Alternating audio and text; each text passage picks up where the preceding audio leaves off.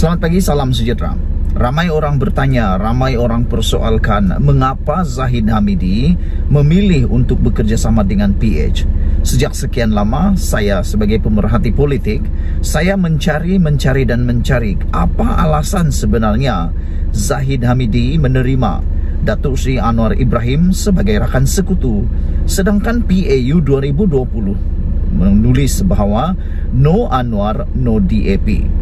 Namun demikian, akhirnya Zahid Hamidi perjelaskan sendiri mengapa beliau menerima kerjasama antara PH dan dengan DAP. Berikut ialah penjelasan daripada Datuk Seri Zahid Hamidi berkaitan dengan mengapa UMNO memilih PH walaupun ada no Anwar, no DAP. Sebelum itu, saya nak mohon bantuan daripada anda semua share video ini supaya semua orang tahu inilah alasan Zahid Hamidi menerima atau memilih PH berbanding Perikatan Nasional. Sila bantu juga untuk tekan butang subscribe untuk mendapatkan isu-isu terkini daripada channel saya ini. Saudara-saudara sekalian, pada PAU 2022, ini penjelasan Zahid Hamidi berkaitan dengan isu memilih Pakatan Harapan sebagai rakan sekutu. Ahli UMNO hari ini diberi pencerahan oleh Presiden mereka mengenai alasan mengapa parti itu bekerjasama dengan Pakatan Harapan PH di sebalik ketetapan no Anwar, no DAP sebelum ini. Menurut Ahmad Zahid Hamidi, walaupun keputusan itu dibuat oleh perhimpunan parti sebelum ini, ada fasal dalam perlembagaan UMNO memberikan kuasa kepada salah satu badan parti bagi merujuk kepada fasal 9.1 perlembagaan UMNO. Ahmad Zahid Hamidi berkata ia memberi kuasa kepada Majlis Kerja Tertinggi MKT UMNO untuk menjalankan kerja pentadbiran parti di bawah Perhimpunan Agong. Kata Ahmad Zahid, ada suara mempertikaikan parti apabila bekerjasama dengan PH dengan mengungkit ketetapan menolak Anwar Ibrahim dan DAP sebelum ini.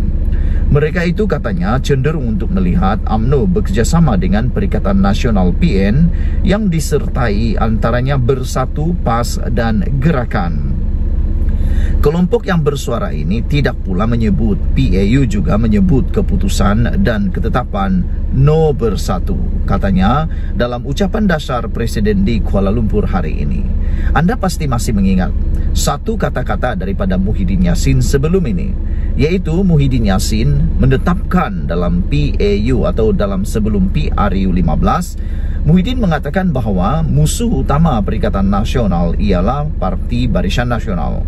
Jadi mengapa ini tidak diungkit di dalam suara-suara yang mahukan kerjasama dengan Perikatan Nasional? Mereka hanya ungkit no Anwar, no DAP. Bagi saya sebagai pemerhati politik, itu satu tindakan yang tidak adil. Mengapa perkataan ataupun ungkapan no Bersatu atau no Muhyiddin tidak diungkit pula? Dan mengapa ungkapan Muhyiddin bahawa Barisan Nasional adalah musuh nombor satu Perikatan Nasional tidak pula diungkit? Jadi adakah itu adil? Bagi saya amatlah tidak adil menyalahkan Zahid Hamidi, sedangkan PAU juga menyebut bahawa no Bersatu. Saudara, ini hanya berpihak keadilan sebelah saja jika hanya mahu melihat no Anwar, no DAP. Saudara-saudara sekalian, Ahmad Zahid juga menjelaskan sebagai sebuah parti berperlembagaan, UMNO membuat keputusan sesuai dengan peraturan yang ada. Justru kata Zahid, pasal 9.1 menyebut MKT berkuasa menjalankan sebarang langkah bagi pihak Perhimpunan Agung dan keputusan berkenan hendaklah dimaklumkan kepada Perhimpunan Agung. Pada pilihan raya umum PRU lalu, BN mencatat keputusan terburuknya apabila hanya memenangi 30 kerusi Dewan Rakyat dengan 26 daripadanya diwakili oleh UMNO. Pada masa sama, tiada parti lain mampu mendapat majoriti kerusi parlimen dan ia menyebabkan berlaku kebuntuan politik selama beberapa hari selepas berakhirnya PRU 15. Untuk Barisan Nasional kemudian memutuskan UMNO BN kemudian memutuskan untuk memberikan sokongan kepada Pakatan Harapan yang diketuai Anwar dan turut dianggotai DAP untuk membentuk kerajaan pusat. Pada masa sama, wujud kumpulan tertentu yang keberatan dengan langkah tersebut dan menunjukkan keengganan mereka sama ada secara terbuka atau tersirat. Kumpulan terbabit dilihat lebih cenderung kepada Perikatan Nasional. Berdasarkan keadaan ketika itu, jika sokongan diberikan kepada Barisan Nasional, parti itu akan membantu pengerusi Perikatan Nasional Muhyiddin Yassin menjadi Perdana Menteri sekali lagi. Selaras dengan pembentukan kerajaan gabungan bersama Pakatan Harapan, Ahmad Zahid dilantik sebagai Timbalan Perdana Menteri. Mengulas lanjut, Ahmad Zahid Hamidi juga memberi atau berkata, pendirian UMNO membentuk kerajaan dengan PH adalah selaras dengan perakuan yang diberikan kepada Yang di-Pertuan Agong yang mahukan kerajaan perpaduan diwujudkan.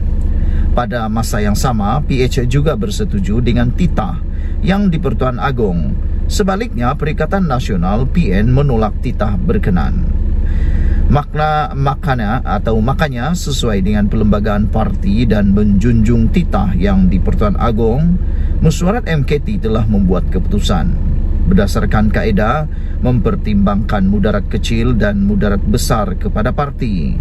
Malah kita juga turut pertimbangkan berasaskan prinsip demokrasi, katanya. Secara pribadi saya memikirkan ini melihat pada konsep derhaka. Mungkin pada waktu itu Zahid Hamidi melihat kalau mereka menolak titah Yang di-Pertuan Agong, orang Melayu mungkin akan menolak UMNO Barisan Nasional dengan lebih teruk lagi. Kerana itu boleh dianggap sebagai derhaka kepada titah Kebawah Duli Yang Maha Mulia Yang di-Pertuan Agong.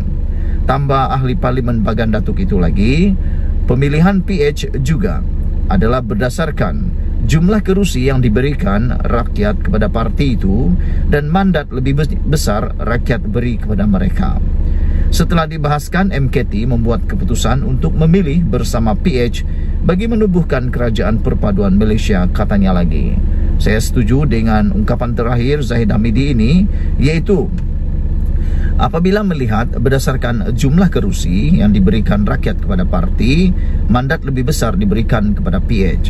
Jangan itu adalah lebih selamat untuk memilih kerajaan atau memilih pakatan yang mana kerusi lebih banyak, iaitu Pakatan Harapan. Jika tidak, besar kemungkinan akan berlaku lagi pergolakan politik, ketidakstabilan politik yang berpanjangan di Malaysia.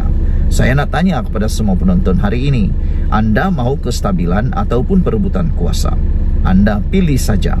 Kalau nak mahu menumbangkan sesiapa, tumbangkan melalui peti undi dan kertas undi anda.